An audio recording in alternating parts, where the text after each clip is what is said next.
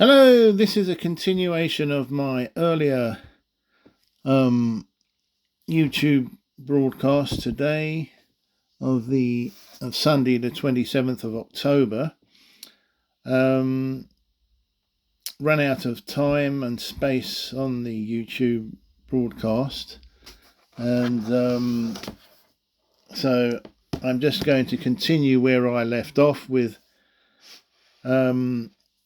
Michelle Soros lying in an Essex police witness statement sent in by her colleague Ben Yallop, who was Sir Ian Burnett's private secretary, saying that I had turned up in 2020 outside the homes of Sir Ian Burnett and Lady Justice Sharp.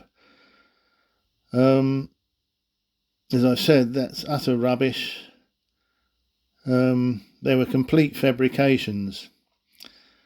And Michelle Soros did not even bother to ascertain that whoever told her that I'd turned up, because I doubt Michelle Soros is actually living with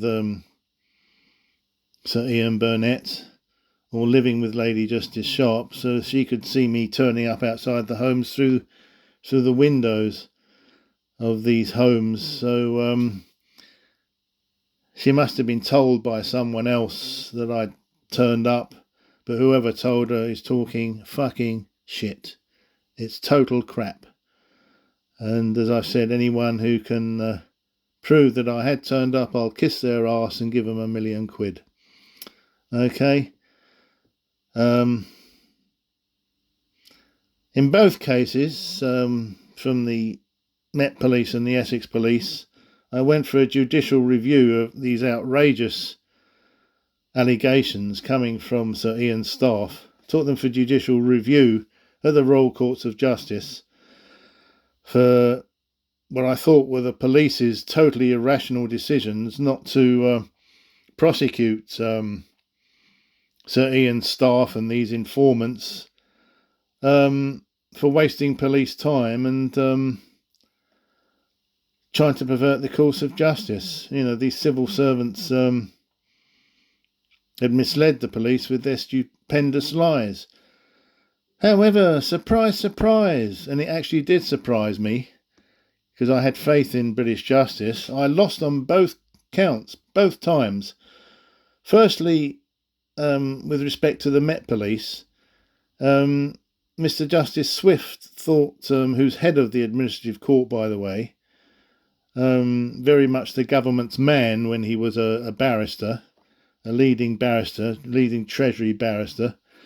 Mr. Justice Swift said that the Met Police's reason for not interviewing Alice Gilbert and her informant, which reason was that the Met Police had neither the time nor the resources to investigate the matter, was not irrational, and therefore my judicial review application was turned down. I told this Detective Inspector Jones, who phoned me up from the Met Police later, that it was essential that the staff working for the highest judge in the land were seen to be clean and whiter than white. Okay? And that, in my opinion, he was covering up to protect the reputation of Sir Ian Burnett and his office. Now, Detective Inspector Jones understood that, but said that we get 1 million, and I quote, 1 million complaints every year from members of the public, and we can't investigate all of them. And I thought, for Christ's sake, man, you must investigate such blatant misconduct in public office from the staff of the highest judge in the land. There's no way you should forget about that.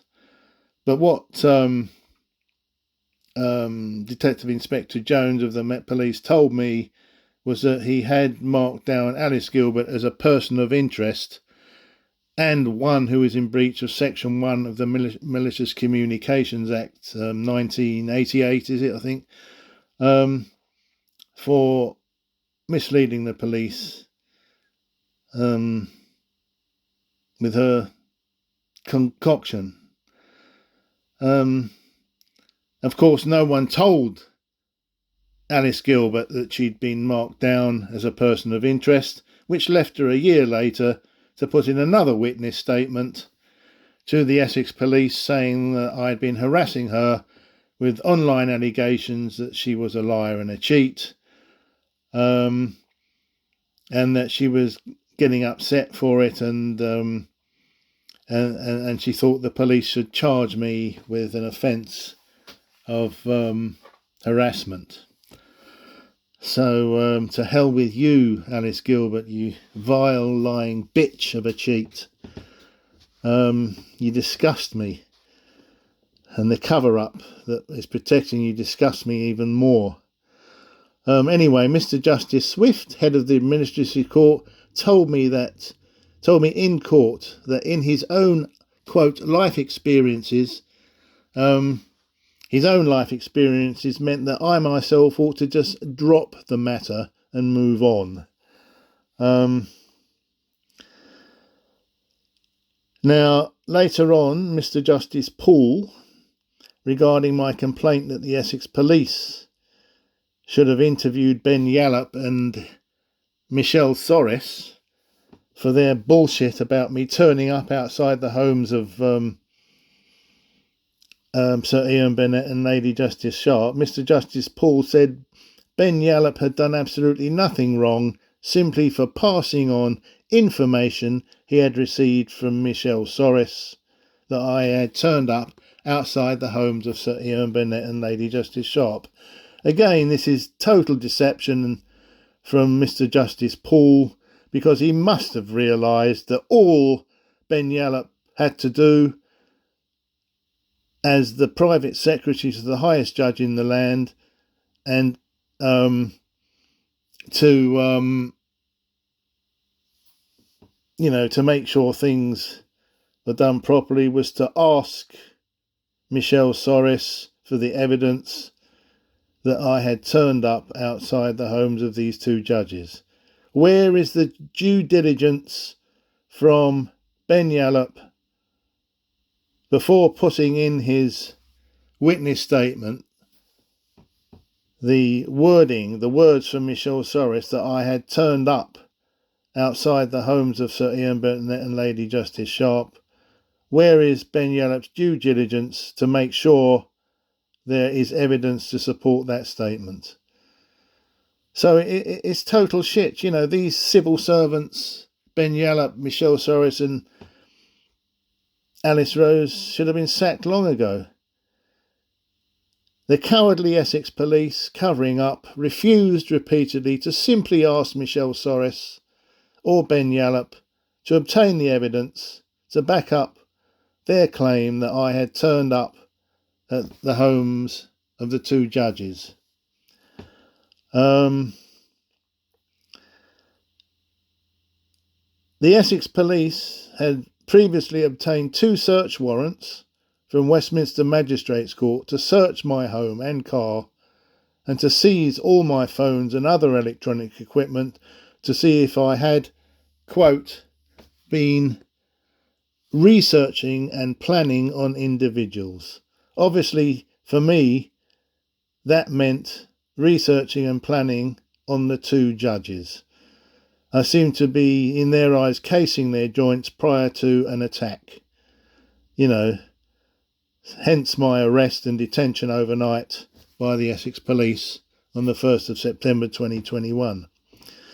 What's even worse is that the in-house solicitor at the Essex Police, Adam Hunt, repeatedly refused himself to ask the arresting officer, Detective Constable Trevor Clark at Essex Police, to obtain and provide the proof that I had turned up at the judges' homes. He did not even ask Detective Constable Trevor Clark to find out from Michelle Soris the days I was allegedly loitering outside the judges' homes. Of course, there is no evidence, as I was never there in the first place. Not within a million miles. The furthest I got to these judges' homes was my own front doorstep in Essex, okay? Sir Ian Burnett's staff the Essex Police and their solicitor Essex Police Solicitor Adam Hunt, together with the judiciary at the Royal Court of Justice, are between them cheating and covering up. Inevitably, with Lord Burnett betraying me so deliberately when alleging harassment to the head of security at Middle Temple Hall, I can now only conclude that he was surely aware of the entire set of dealings and cover-ups in these disgraceful episodes. He was aware of the judicial review case I took against him as an interested party.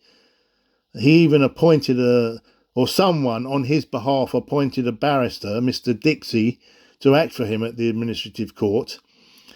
And furthermore, the letter I'd given to Sir Ian Burnett on the 5th of June with, the precise complaints against Alice Gilbert and Michelle Sorris, Sir Ian Burnett must have known. Eventually, if not initially, because my letters were not being given to him. Even Detective Constable Trevor Clark at the Essex Police asked in a Zoom call with Ben Yallop and Michelle Sorris why my letters to Sir Ian Burnett were not being given to him. He got no reply. Sir Ian Burnett also, it seems, took no notice whatsoever of the November 2022 Manchester University Racial Bias and the Bench report, which alleged institutional racism in the judiciary, which includes aspects of Islamophobia. Sir Ian Burnett, it seems, took no notice about that.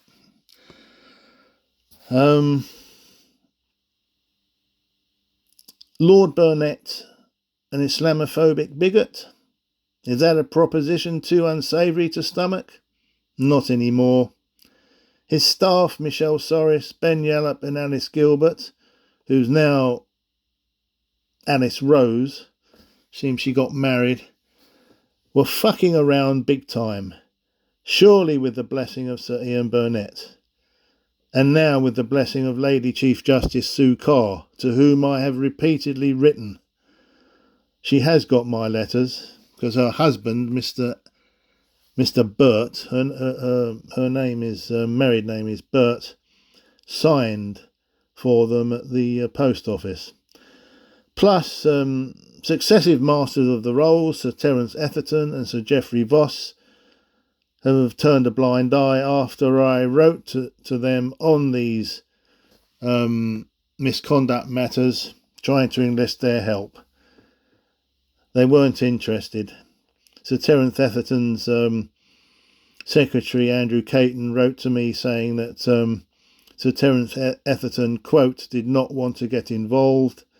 And when I phoned up Andrew Caton, again Sir Geoffrey Voss's secretary this time, Andrew Caton put the phone down on me.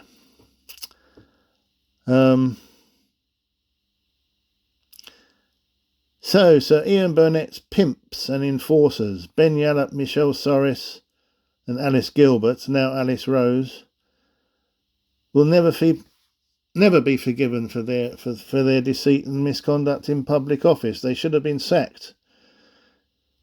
Their gaslighting of me was relentless abuse. Gaslighting is a strategy that abusers like these use to gain power and control over their victims by use of, for example, flip stories, lying about details and changing the story, by questioning a victim's memory even if the victim remembers events correctly, by changing the subject or questioning the victim's thoughts, by making the victim's needs or feelings seem unimportant and pretending to have forgotten what happened. My Islamophobia and judicial conduct rules inquiries were totally ignored by these civil servants. I did have the support of Lord Pickles, which counts for much, and instead these civil servants depicted me as an unstable individual who had threatened to commit suicide. This was despicable slander and harassment and fabrication.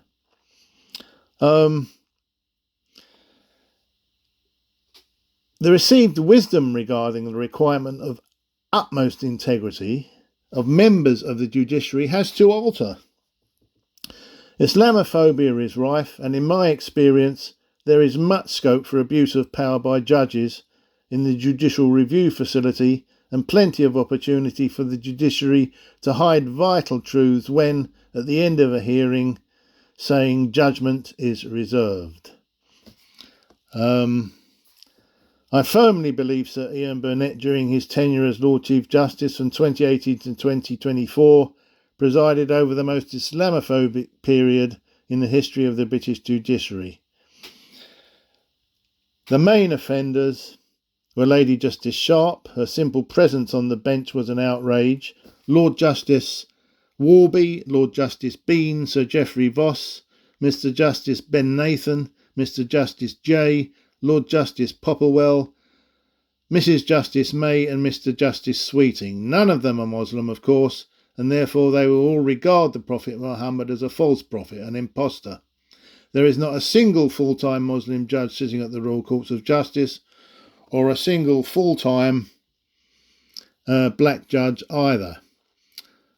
It was Mr Justice Sweeting who gave me 8 weeks prison, suspended for 18 months, for my repeatedly calling, in correspondence, the Solicitors Disciplinary Tribunal, the SDT, and their CEO, Geraldine Newbold, Islamophobic racist bigots, which the judge, Mr Justice Sweeting, ruled was in breach of an injunction not to use intemperate language unbefitting a solicitor. Not to use intemperate language unbefitting a solicitor. Amazing stuff.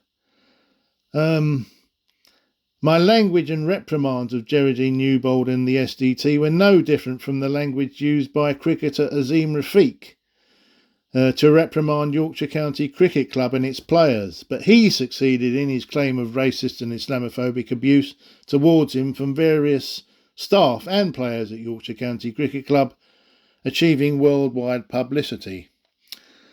The SDT, the Solicitors Disciplinary Tribunal, spent £103,000 using a KC, King's Counsel, to try to get me imprisoned, and they nearly did. It was Wandsworth Prison, but as I said, it was suspended for I got 8 weeks prison, suspended for 18 months. The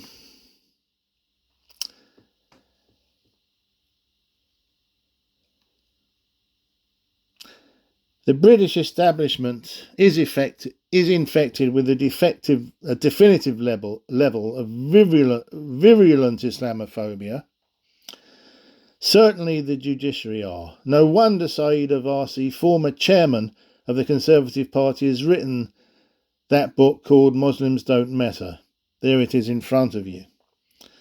Well done too to ex-England and Yorkshire County Cricket Club cricketer Azim Rafiq for his recent book, It's Not Banter, It's Racism. He said that racism and Islamophobia can come from hateful brown people like Sir Ella Braverman, Rishi Sunak and Priti Patel. 3 Conservative Party Islamophobic bigots who, thank God, the British people voted out of power at the last election. Thank you for listening. Goodbye, and God bless you, all those who seek justice. Thank you.